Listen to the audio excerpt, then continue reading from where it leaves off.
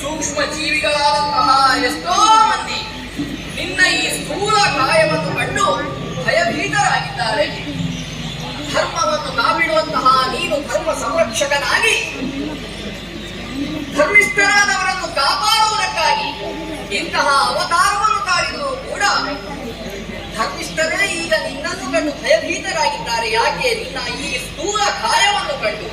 ಹಾಗಾಗಿ ಮಧ್ಯದಲ್ಲಿರುವ ಮಾನವರು, ಪಾತಾಳ ಲೋಕವಾಸಿಗಳು ಅಥವಾ ದೇವಾನುದೇವತೆಗಳು ಎಲ್ಲರೂ ಕೂಡ ಹೆಚ್ಚೇಕೆ ಕೈಲಾಸಪತಿಯಾದಂತಹ ಈ ಪರಶಿವನು, ಈ ಬ್ರಹ್ಮನು, ನಾವೆಲ್ಲರೂ ನಿನ್ನನ್ನು ಕಂಡು ಭಯಭೀತರಾಗಿದ್ದೇವೆ.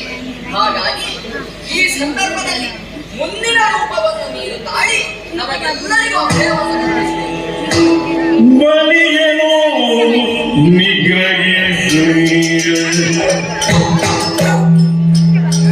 ಪುರರಿಗೆ ಓಲಿದು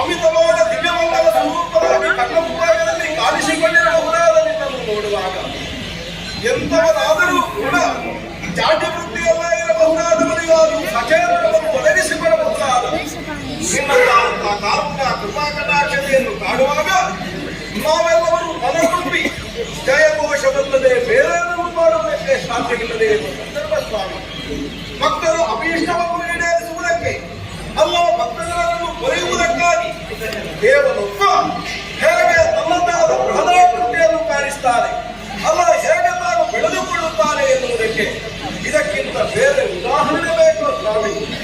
ಆಡುವುದಕ್ಕೆ ಹೇಳುವುದೇ ಹೌದಾದ್ರೆ ನಿಮ್ಮನ್ನೇ ಅನುನಿತ್ಯವೂ ಸ್ಮರಿಸುವವರೇ ಬಲಿಚಕ್ರವರ್ತಿ ಎನಿಸಿದವರಿದ್ದಾರೆ. ಆದರೆ ಭುವನಗಳನ್ನು ತನ್ನಾಂಕೆ ನೆನೆಸಿಕೊಳ್ಳಬೇಕು ಎನ್ನುವ ಹಾಗೆ ಲೋಕದ ಯಾವ ಶುದ್ಧ ಉಂಟೋ ಅದಕ್ಕೆ ಹದ ತಪ್ಪುವ ರೀತಿಯಲ್ಲಿ ವ್ಯವಹರಿಸಿದ ಕಾರಣವಾಗಿ ಅಲ್ಲವೇ ಸುರರು ತನ್ನವರು ಎನ್ನುವ ಹಾಗೆ ಭಾವಿಸಿ ಸುರಜನರನ್ನು ಕೊರೆಯುವುದಕ್ಕಾಗಿ ವೈಕುಂಠವಾಸಿಯಾದ ನೀನು ಎಂಬ ಮಾತೆಯ ಉದರದಲ್ಲಿಯೇ ಬುದ್ಧ ಶರೀರದಿಂದ ಕಾಣಿಸಿಕೊಂಡು ಈಗಾಗಲೇ ಬೆಳೆದು ಬೆಳೆದು ಬೆಳೆದು ಬೆಳೆದು ನಮ್ಮ ಕಣ್ಣುಗಳಿಂದಲೇ ಅದನ್ನು ಪೂರ್ಣವಾಗಿ ನೋಡುವುದಕ್ಕೆ ಸಾಧ್ಯವೇ ಇಲ್ಲದೆ ಇರಬಹುದಾದ ಸ್ಥಿತಿ ನಿರ್ಮಾಣವಾಗಿದೆ. ಒಮ್ಮೆಗೆ ನಮಗನ್ನಿಸುತ್ತದೆ ಅದು ವಿಷಗುಣಾವುಗಳು ಯಾವ ಕಾರಣಕ್ಕೂ ಕಣ್ಣನ್ನು ನಮ್ಮ ಕಣ್ಣನ್ನು ಮುಚ್ಚಿಕೊಳ್ಳುವುದಕ್ಕೆ ಇಲ್ಲ. ಆದರೆ ಈ ಕಾಲಕ್ಕೆ ಒಂದೊಮ್ಮೆಗೆ ನಿಮ್ಮದಾದ ದೀರ್ಘಕೃತಿಯನ್ನು ಕಾಣುವಾಗ ಭಕ್ತಿ ತುಂಬಿ ಭಯ ತುಂಬಿ ಕಣ್ಣುಗಳಾದ ಒಮ್ಮೆಗೆ ಮುಚ್ಚಿ ಅದನ್ನೇ ನಿನ್ನನ್ನು ಅಂತಃಸತ್ವದಲ್ಲಿ ಇರಿಸಿಕೊಳ್ಳುವ ಭಾವ ನಮ್ಮಲ್ಲಿ ಇನ್ನಷ್ಟು ಹೆಚ್ಚಾಗುತ್ತಾ ಇದೆ. ಓ ಭಕ್ತ ಶ್ರೀತ ಜನಾಧಾರ ನೀನವನ್ನು ಬರೆಯಬೇಕು.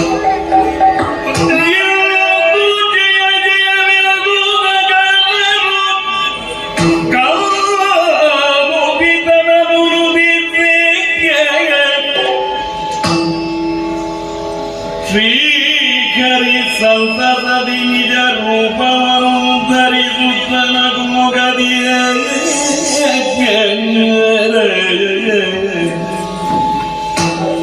ಶ್ರೀಗಣ್ಯ ಸಂತಸದಿಗ ನಿಜ ರೂಪವನ್ನು ಧರಿಸುತ್ತ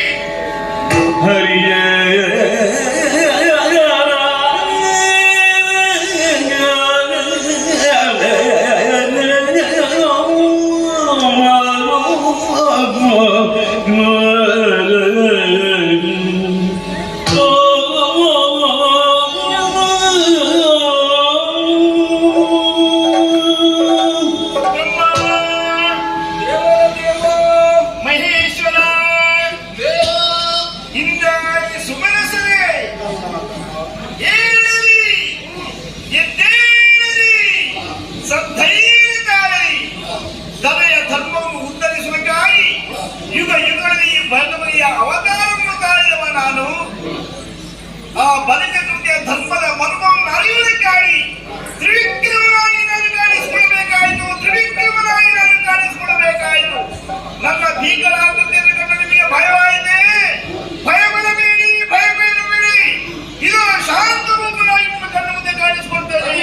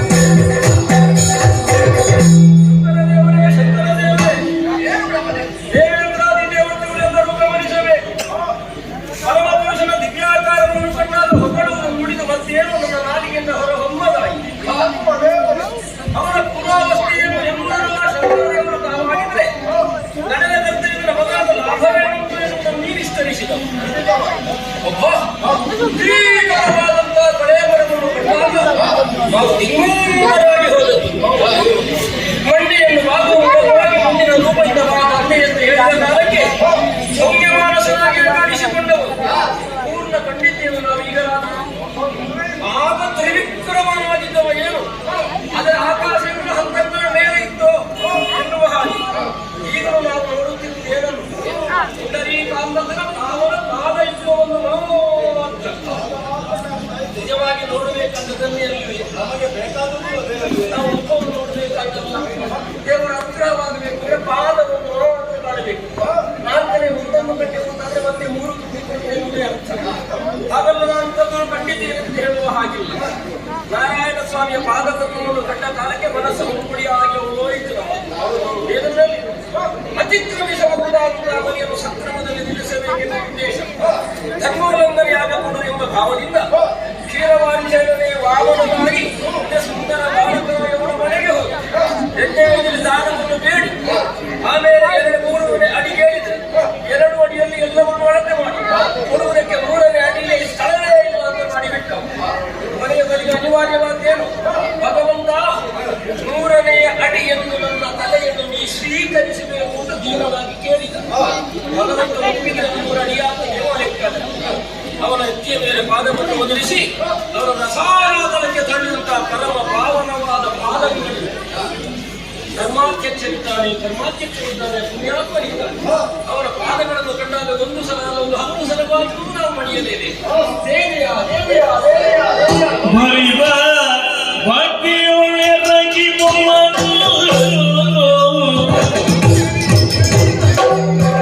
ಹರಿಯ ಪಾದವನಿ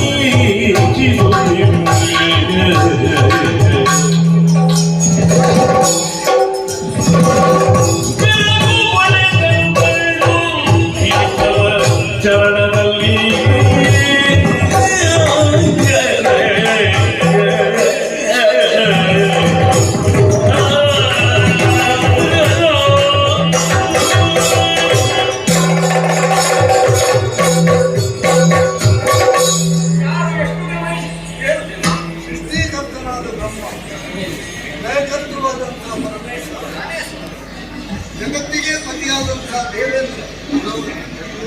ವಿಮಸ್ಪತಿ ಎಷ್ಟೋ ಕೋಟಿ ದೇವತೆಗಳಿಗೆ ಅವು ಒಲೆಯ 33 ಕೋಟಿ ಹೆಸರು ಮುಖ್ಯ ಅಕಾಳ ಈ ಮೂರು ಲೋಕವನ್ನು ಆಡುವಂತಹ ಸಾಮರ್ಥ್ಯ ಉಳ್ಳವ ನಾವೇ ಪಟ್ಟದಲ್ಲಿ ಪುರುಷ ನೀವೇ ಗ್ರಹಿಸಿದ್ದು ಇಲ್ಲಿ ಇಲ್ಲಿ ಯಾರು ಏನು ಯಾರು ಕೀಳು ಎಂಬುದರ ಪ್ರಶ್ನೆ ಅಲ್ಲ. ಸಮಸ್ಯೆ ಏನು ಅಂತ ನಮಗೆ ಪ್ರಶ್ನೆ. ಸಮಸ್ಯೆ ದೇವರೇ ಸಮಸ್ಯೆ ಏನಿಲ್ಲ ಹಾಗೆ ಉಳ್ಕೊಳ್ಬೇಕು.